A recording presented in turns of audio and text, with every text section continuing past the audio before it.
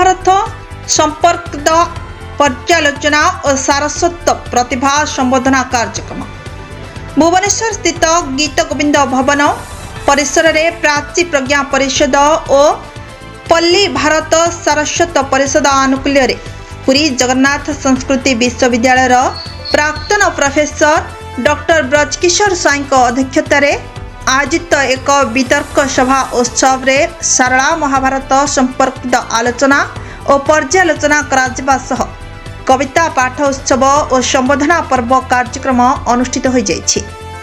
एक कार्यक्रम रे मुख्य अतिथि भावे प्रोफेसर वैष्णव चरण सामल, मुख्य वक्ता भावे डॉक्टर भाग्यलिपि मल्ल एवं सम्मानित अतिथि भावे पल्ली भारत सारस्वत परिषद सभापति तथा प्राची गवेषक हंसनाथ साहू, वंदे उत्कल लोककला महासंघ सभापति विजय कुमार मिश्र, अध्यापिका डॉक्टर कविता मिश्र, अध्यापिका लतिका प्रधान, विशिष्ट लेखक सनातन आचार्य प्रमुख जोगदेई सारला महाभारत संपर्क में विस्तृत भावे आलोचना पर्यालोचना कर दैथिला।